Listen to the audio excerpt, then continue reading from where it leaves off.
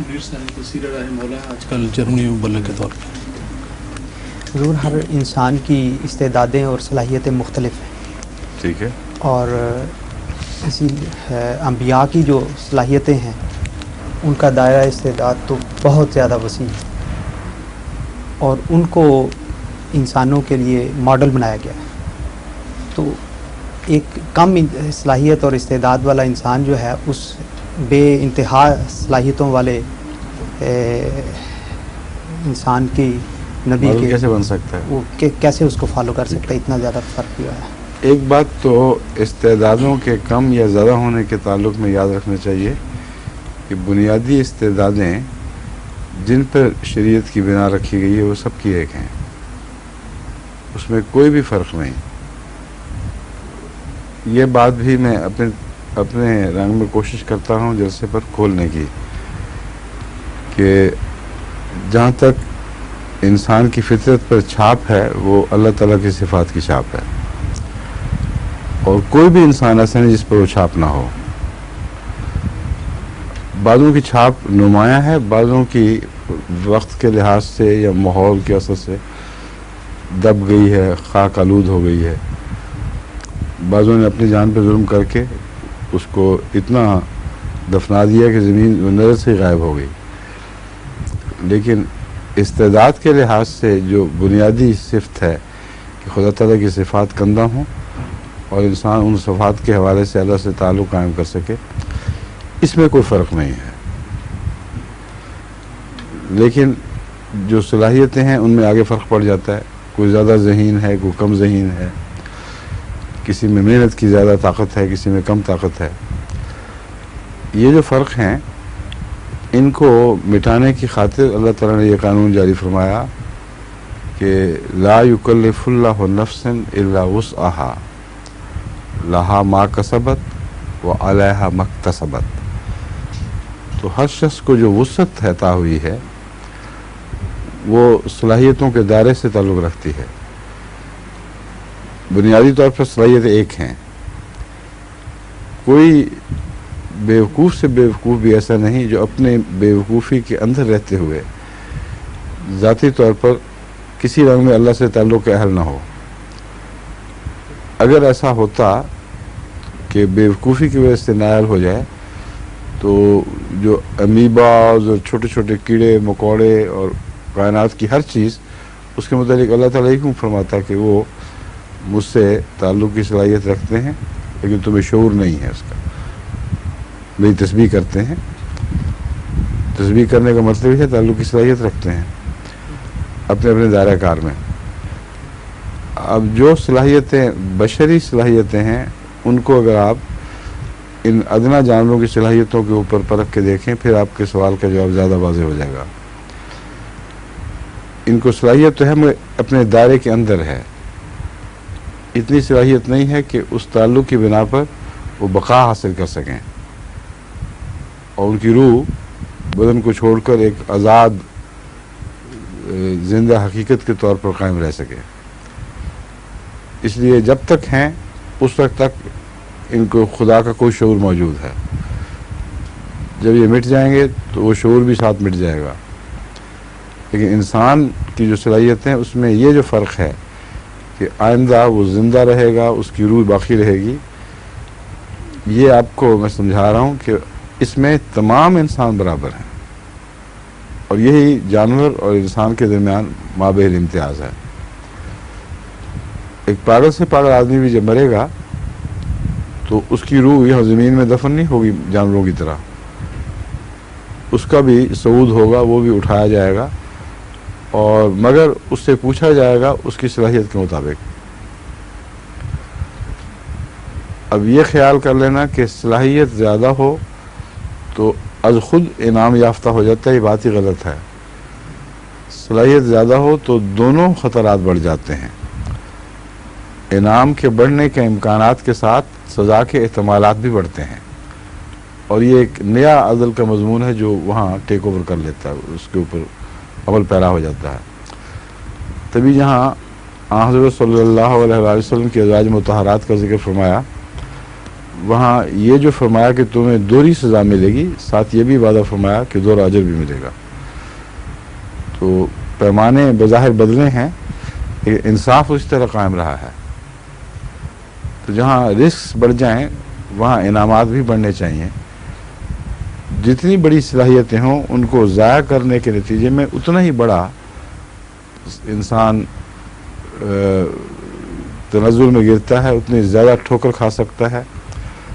اور اس کی مثال قرآن کریم نے یوں دی ہے بل باول کی صورت میں، وَلَوْ شِئْنَا لَرَفَعْنَاهُ بِهَا وَلَكِنَّهُ أَخْلَدَ إِلَى الْأَرْضِ.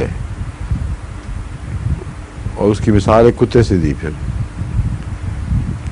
اگر ہم اس کو چاہتے تو جو صلاحیتیں ہم نے اس کو بخشی تھیں ان کے ذریعے ہم اس کا رفع فرما لیتے. اور رفع کا جہاں تک تعلق ہے اکثر انبیاء کے حوالے سے آیا ہے جن کا رفع ہوا ہے، یعنی اعلیٰ درجے کی شان ہے رفع کا اس بات کرنا خدا تعالیٰ کی طرف سے. اس کا مطلب ہے کوئی ایسا شخص تھا جس کو نبیوں والی صلاحیتیں تھیں لیکن وہ بدبخت نکلا اور زمین کی طرف جھک گیا، تو ہمیشہ کے لیے اس کی ایک مثال ایک لعنت کے طور پر ظاہر ہوئی. فرعون کی صلاحیتوں کو بھی خدا نے داد دی ہے، اور ایک ایسے لفظ سے داد دی ہے جس میں لعنت کا مضمون بھی ہے. ثم فکر فقدر فقتل کیف قدر ثم قتل کیف قدر. اس نے بہت تفکر کیا، غور کیا اور ایک اندازہ لگایا. پہلا اندازہ گویا اس کی داد کو ہے، اس کو داد دی جا رہی ہے کہ خوب اندازہ لگایا. ثم قتل کیف قدر، پھر ہلاک ہو وہ اس اندازے کی وجہ سے کہ جو اس نے اندازہ لگایا اس کے نتیجے میں ہلاکت تھی. فرعون کے وینٹیج پوائنٹ سے وہ اندازہ ٹھیک تھا، کیونکہ اس نے دیکھا کہ تمام قوم کو میں ایک طرف کروں گا اور ان کے نمائندے اکٹھے ہوں گے. موسیٰ کو جب سب کے سامنے شکست ملے گی تو پھر قوم کہے گی کہ واہ فرعون بڑا منصف مزاج اور اعلیٰ درجے کا بادشاہ ہے، اور اس طرح حضرت موسیٰ کے خلاف تعزیری کارروائی کرنے کا ایک جواز پیدا ہو جائے گا. ثم قتل کیف قدر، پھر جو اس نے اندازہ لگایا کیسی ہلاکت ہے اس کی بیوقوفی کی کہ وہ ٹکرا رہا تھا خدا کے سامنے، جو فیکٹر اس نے نہیں رکھا ہوا تھا سامنے. تو ہر شخص اپنی صلاحیت کے مطابق جہاں بلندی کی طرف رفع کرنے کا امکان رکھتا ہے وہاں اسی قدر بودھ میں تنزل کی طرف گرنے کا احتمال رکھتا ہے. اب انبیاء میں اگر صلاحیتیں زیادہ ہیں تو بشری صلاحیت کے لحاظ سے نہیں ہیں، ورنہ حضرت صلی اللہ علیہ وسلم یہ نہ فرماتے یا خدا آپ کو یہ نہ کہتا قل انما انا بشر مثلکم یوحی الی. انا نہیں فرمایا، انما فرمایا ہے. اور آپ میں اکثر عربی جانتے ہیں انما انا بشر کا مطلب ہے میں محض ایک بشر ہی ہوں تم جیسا. تو بشری صلاحیتوں میں فرق ہی نہیں رکھا،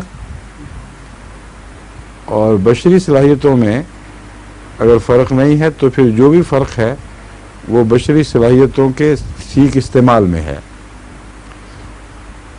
انفرادی صلاحیتیں مختلف پیمانے کے حساب سے بڑھ جاتی ہیں، جیسا کہ میں نے بیان کیا ہے، وہ بشریت کے تقاضوں کے اندر بڑھتی ہیں. ایک انسان ہے وہ 7 فٹ چھلانگ لگانے کی طاقت رکھتا ہے. آج تک جتنے بھی ریکارڈ ہوئے ہیں 7 فٹ سے اوپر کبھی کوئی نہیں گیا، اور اس میں بعضوں کو صلاحیت ہے بعضوں کو نہیں ہے. جن کو ہے وہ 6 فٹ کچھ، اب کل کی اولمپکس میں 6 فٹ کچھ کسی نے چھلانگ لگائی ہے، لیکن وہ 20 فٹ نہیں لگا سکتا. اور اگر یہ ماڈل بنانا ناجائز ہو تو یہ اولمپک کا جو معیار قائم ہو اس کو دنیا کے لیے ماڈل کیسے مقرر کیا جا سکتا ہے؟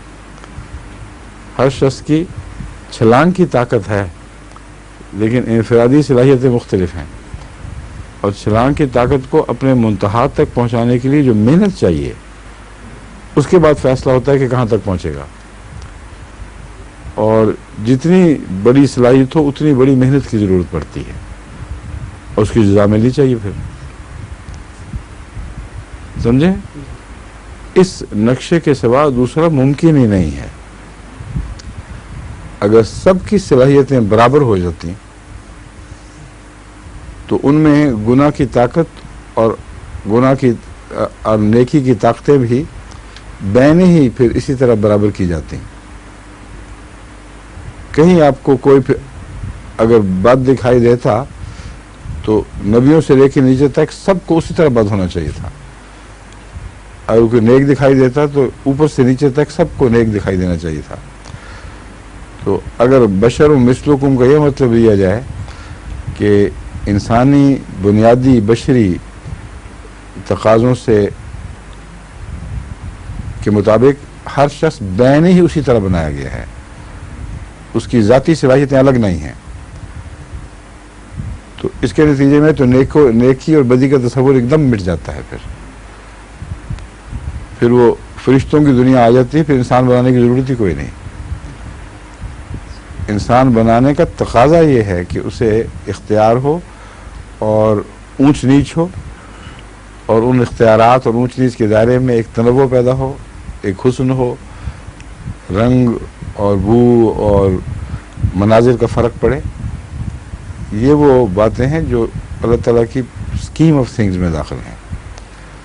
اس لیے انبیاء کی صلاحیتوں کے زیادہ ہونا کسی کے خلاف نہیں ہے. ہاں، جو شخص اپنی صلاحیتوں کے مطابق پورا اتر آئے، اول تو یہ کہ جن کو کم صلاحیتیں ملی ہیں وہ ان پر کب پورا اترے ہیں. بھاری اکثریت وہ ہے جنہوں نے اس سے نجائز فائدہ اٹھایا. شکر کریں کہ صلاحیتیں زیادہ نہیں تھیں، وہ اتنے بڑا عذاب میں مبتلا ہوتے. اور جن کے جو پورا اترے ہیں ان کا پیمانہ پورا بھرا ہے، اس سے زیادہ ان کو طاقت ہی نہیں تھی. اس لیے ایک نسبت سے یہاں بھی ایک برابری پیدا ہو جاتی ہے. نبی کے قرب الہی کا پیمانہ بڑا تھا، بڑا لبریز ہوا. ایک عام آدمی کا پیمانہ چھوٹا تھا، وہ چھوٹا لبریز ہوا. اس سے زیادہ اس میں ڈالا جا ہی نہیں سکتا. صلاحیتوں کے مطابق اسے پورا مل گیا.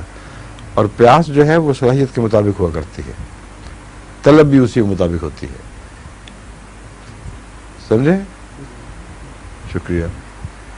حضور جب اپنا تعارف. ظہور مہدی آخر زمان